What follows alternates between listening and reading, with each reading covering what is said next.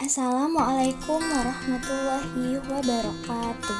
Perkenalkan, nama saya Selma Dwi Utami Gunawan dengan NIM 2009888 dari Program Studi Pendidikan Fisika Fakultas FPMIPA Universitas Pendidikan Indonesia. Pada kesempatan ini, izinkan saya untuk memaparkan voice post saya yang berjudul Peran Generasi Muda dalam Implikasi Pancasila di Bumi Pertiwi.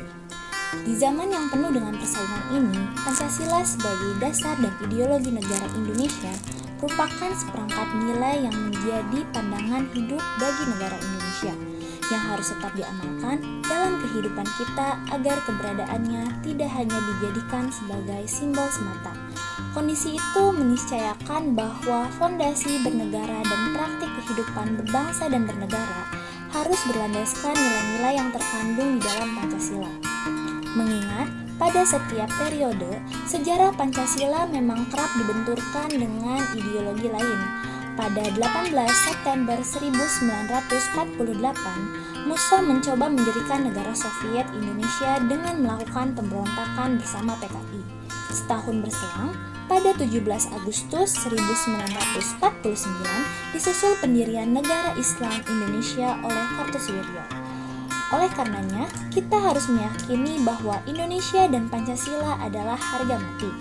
Ideologi negara Indonesia sampai kapanpun tetap Pancasila.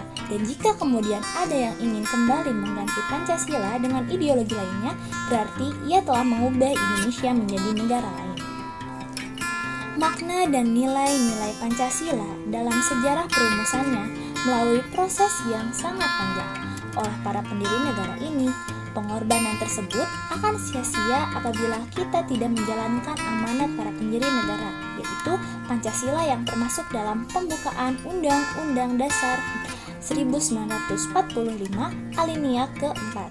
Pancasila sebagai ideologi bangsa dan negara Indonesia bukanlah hasil dari olah pikir perseorangan yang kemudian dinobatkan menjadi sebuah ideologi. Soekarno mengatakan bahwa Pancasila digali dari bumi pertiwi dan bumi Indonesia sendiri. Artinya bahwa Pancasila berisi nilai, moral, dan budaya bangsa Indonesia yang sudah ada sejak bangsa Indonesia ada dan bukan ideologi yang dipaksakan dari luar. Nilai-nilai itu pun tidak serta-merta diberlakukan begitu saja, tetapi melalui sebuah proses panjang yang terbuka dan demokratis yang pada akhirnya perbedaan-perbedaan yang ada dapat dikompromikan dalam sebuah kesepakatan bersama.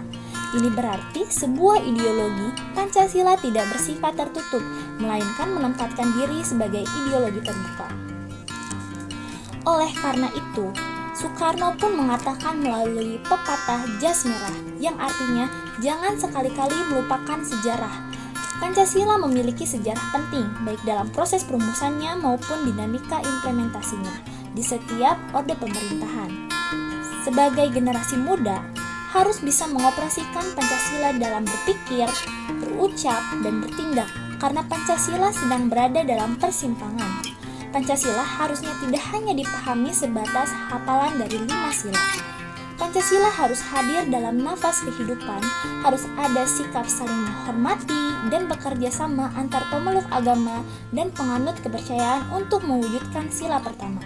Selanjutnya, dari dalam pikiran, generasi muda harus meyakini akan setiap hak orang tanpa melihat latar belakang, suku, agama, dan juga budaya, sehingga kita bisa mengembangkan sikap tenggang rasa serta saling mencintai.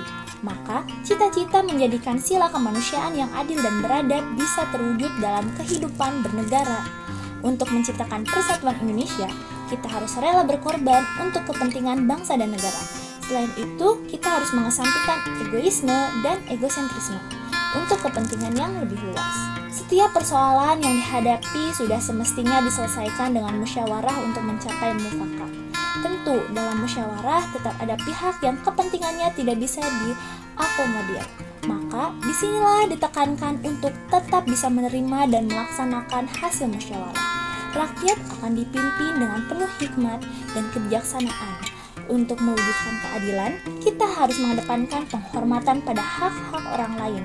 Yang tidak kalah pentingnya adalah membiasakan diri untuk menolong orang lain serta selalu berusaha untuk bisa menerima hak dan menunaikan kewajiban.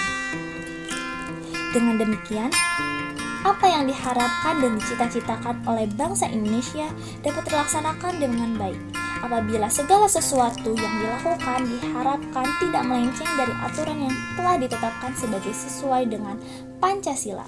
Mungkin itu saja yang dapat saya sampaikan. Mohon maaf bila ada kesalahan. Wassalamualaikum warahmatullahi wabarakatuh.